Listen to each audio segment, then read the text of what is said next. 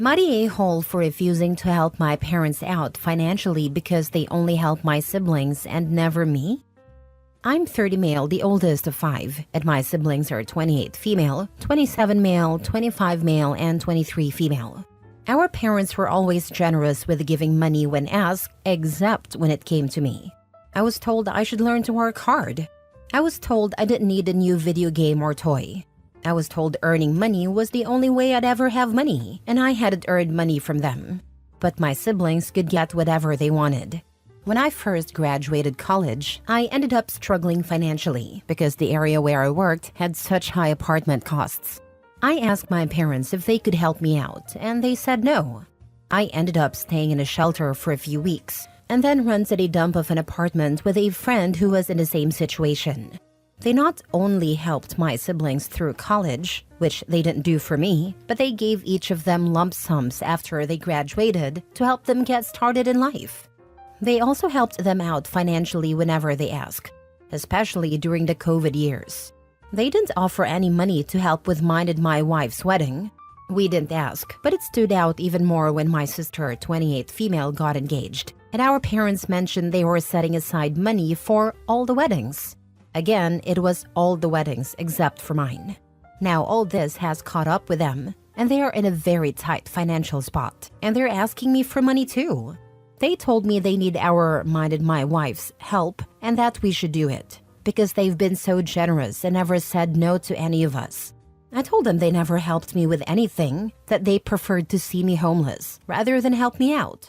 They argued back, claiming that never happened, and I could have asked if things were that bad. I showed them screenshots of texts where I had brought up the topic after asking them verbally. My parents dismissed it and told me they're still my parents. And since I'm the most financially settled, I could afford to help them. I admitted that I could, but I didn't feel they had earned it. My parents called me spiteful and said I should help them rather than let them lose everything. I told them to ask the kids they actually helped. My siblings were also mad that I said no.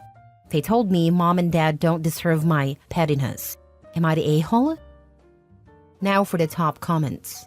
Not the a-hole. I told them they never helped me with anything, that they preferred to see me homeless rather than help me out. They argued back, claiming that never happened and I could have asked if things were that bad. I showed them screenshots of texts where I had brought up the topic after asking them verbally. I'm puzzled by this. I wonder if you were also the family scapegoat. Whatever the reason, kudos to you for achieving what you have despite the hardship you went through. My siblings were also pissed I said no, told me mom and dad don't deserve my pettiness. It isn't pettiness though, is it? You're just declining to use the resources you earned through your own hard work. Your siblings can reciprocate for what your parents did for them. I want to add my congratulations for working through all of this dreadful parental behavior and getting your life together. And just to say, be careful. There's always going to be a part of you that wants their approval. And I think it's that part of you that might want to help them. Even if you gave them millions, it would be dismissed as lightly as they dismissed your homelessness. And they'd probably attribute it to their favorite child. You'll never get the approval or recognition. Have you considered going no contact? And probably a bit of therapy wouldn't hurt. Not the a-hole. You are the black sheep, expected to pick up the pieces for everybody else, but nothing is ever reciprocated or appreciated. My parents literally had me driving them around to help my sister find her second house, while I was homeless when my ex changed the locks in our co-owned home.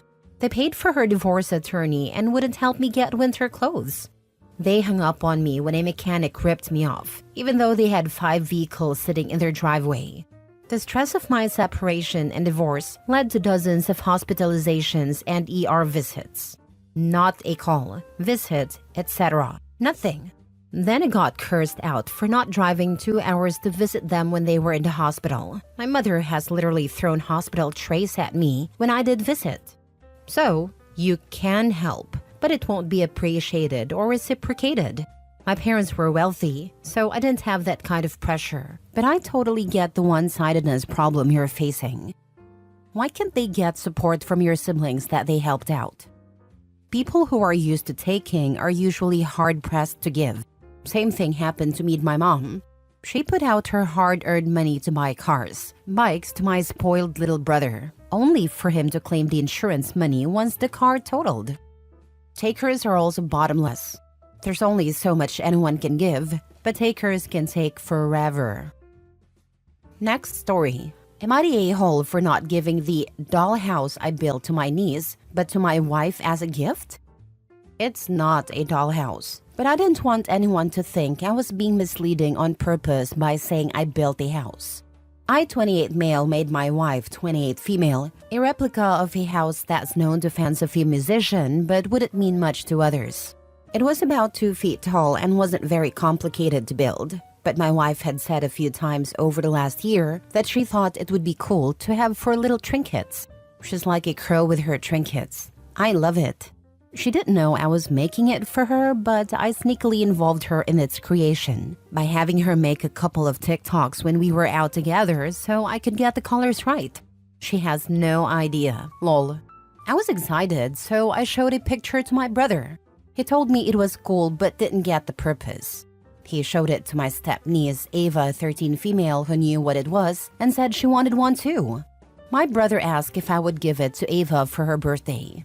I said no, it's for my wife, but I could make one with Ava. I would help teach her some basic woodworking skills, which they don't teach in schools anymore. I thought that would be a good compromise. My brother said if it was so easy, I could make a second one for my wife, and just give this one to Ava since her birthday is at the end of the month. Again, I said no. This was done specifically for my wife. He seemed to accept that, but then came back and said, "Isn't it a little weird to make a dollhouse for an adult woman?" I told him it's not a dollhouse, just a fancy shelf. He argued that makes it worse, because Ava would actually play with it. He must have complained to our mom, he's the younger brother, because she called me to tell me it was stupid to give my wife a dollhouse. I tried to explain that it's not a dollhouse, but she kept saying that's stupid. This weekend, I was at their house and Ava kept bringing up the house, laying it on thick with statements like, "I've always wanted one just like it." She kept asking why my wife wanted a dollhouse. I said it's not a dollhouse, but she kept pressing, asking why she needed a dollhouse. I told my brother he was encouraging his kid to be manipulative, and I really didn't like it, so I decided to leave. He told me I was dangling the house over her head like McDonald's and teasing her, and that it made me a bad uncle. Being a good uncle is important to me, and I do feel for the girl because she's a big fan too. I admit I might have a blind spot here because I don't have kids, and maybe I shouldn't have shared a picture with my brother to begin with. Am I really the a-hole for not just giving it to her? Yes, it was easy to make, and I could make another quickly. I'm guessing the dollhouse is a replica of the lover house. If it's anything like I'm imagining or what I've seen online, it is more like a fancy storage display for her Taylor Swift memorabilia, rather than a toy anyway. Not the a-hole in either case, Hopi. It's your creation that you get to give to whoever you want.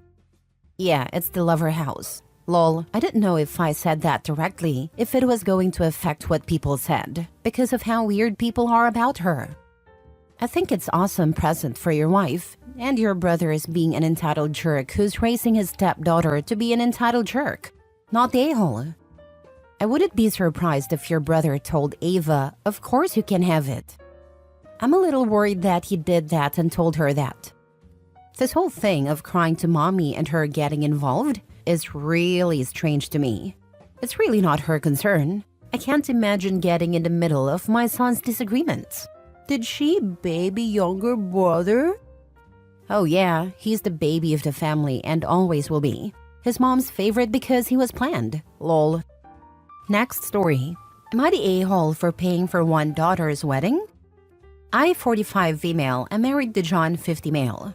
We have 2 daughters. Hannah, 25 female, who we had together, and Alexa, 30 female, who is from John's previous relationship. Alexa, being the older child, always got everything new, while Hannah often got hand-me-downs. She rarely had things of her own, so I wanted to make her wedding special. Both of the girls are now engaged. I told Hannah I would pay for her wedding as I have been saving for it her whole life. Alexa asked John if he and her biological mom would be paying for her wedding, and he said no.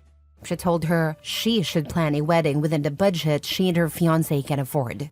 Recently, the girls went to lunch together and Alexa found out I was paying for Hannah's wedding. Alexa called John crying, saying it was unfair that I was covering the costs of Hannah's wedding. John now thinks we should split the money evenly between the two girls. I told him no because I was the one who had been saving the money. I suggested that if he wanted to help Alexa with her wedding, she should speak to her mom and figure out how they could contribute. John then asked if I would be willing to give Alexa any leftover money after Hannah's wedding. I told him no, that I was giving Hannah the entire account, and she could spend the money as she wished. Edit. To answer some common questions, when I got pregnant with Hannah, John asked me to be a stay-at-home mom.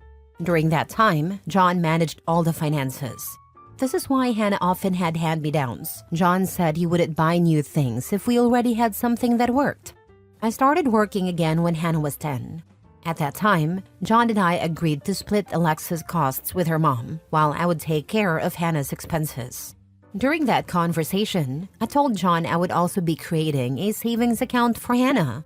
I mentioned that I hoped to save enough for either her wedding or a down payment on a house. After that, we didn't discuss it again as there was no need. Once I started working, our finances were kept separate. Alexa's mom had full custody, and we only had her every other weekend.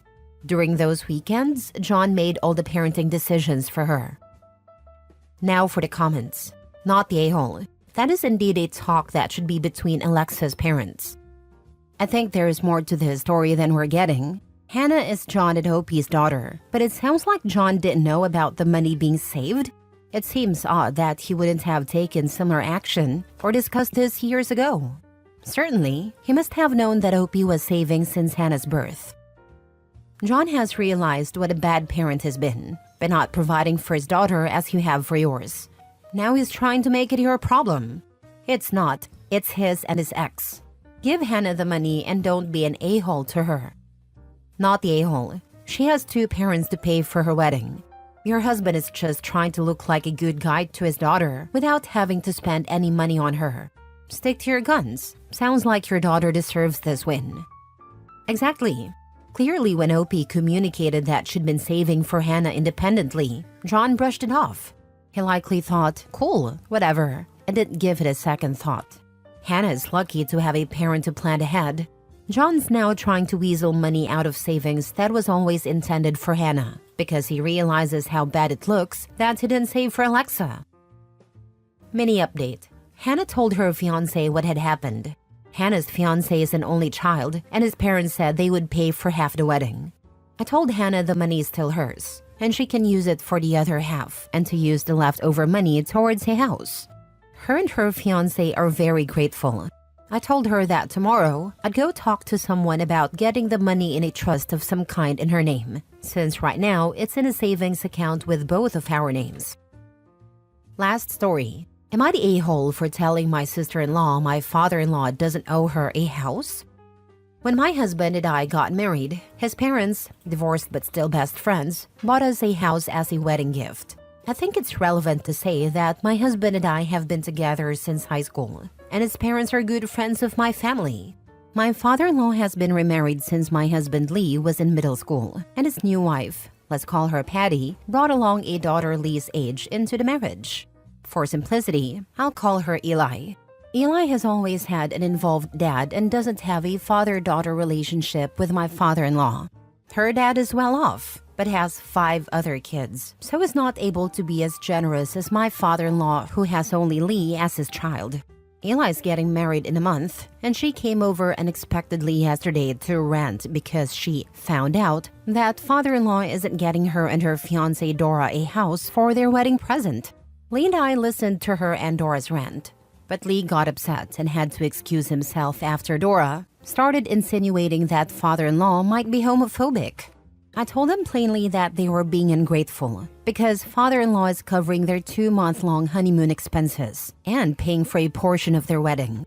He only did the latter for Lee and me. I also added that father-in-law and mother-in-law paid for the house together, so it wasn't just him. And for the record, Patty didn't contribute whatsoever, despite being Lee's stepmom, but I guess that's not relevant here. Dora and Eli both got mad at me, claiming I was defending a bigot, and stormed out. Since then, I've been asked not to attend the wedding. Patty sided with Eli and is now not on good terms with father-in-law, who feels hurt and unappreciated despite his generous contributions. So am I the a-hole for telling my sister-in-law she's not entitled to a house? Edit, I forgot to add that Eli and Dora have only been together for a year and a half. They decided to get engaged spontaneously at Patty's Thanksgiving dinner. Not the a-hole. Your father-in-law and mother-in-law paid for the house for you and their son, not your father-in-law's current wife. I have no idea of your current age, but I'm going to assume early to mid-20s. Correct me if I'm wrong. So father-in-law married his current wife when your husband and Eli were around 11 to 14 years old. Why does Eli think that he should buy them a house, pay for their 2-month honeymoon, and part of their wedding, when she doesn't see him as a parent, and her soon-to-be wife calls him a bigot? Why don't you and your husband invite his dad to stay with you for a while? His wife isn't on good terms with him because of her daughter, and is feeling used. Show him that this isn't the case. He needs to feel appreciated, and you and your husband are just the people to show him that he is. None of you did anything wrong, and he could use some real affection right now, instead of being seen as a walking bank account. Yes, I'm 26. Also, yes, I think I will. Lee loves his dad and is a great grandpa to our little one. I think it'll be fun. Thank you. I'll bring it up with Lee. I'm glad that I could suggest something helpful. I get extremely ticked off when people decide to label someone a bigot just because they aren't getting exactly what they want. He's already dropping tens of thousands of dollars on them for half their wedding and a 2-month honeymoon. He doesn't deserve to be treated so badly. Not the a-hole, but have you and your husband told father-in-law that his stepdaughter and her fiancé are going around calling him a bigot and homophobic? Because he should really know they're bad-mouthing him, even though he's paying money toward their wedding and honeymoon. This is probably our bad, but we haven't.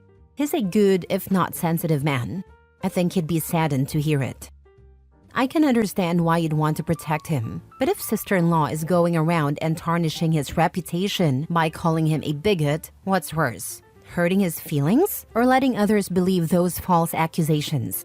Imagine if he goes to the wedding and over half the guests ignore or snub him because they listen to sister-in-law and her fiancé talk badly about him.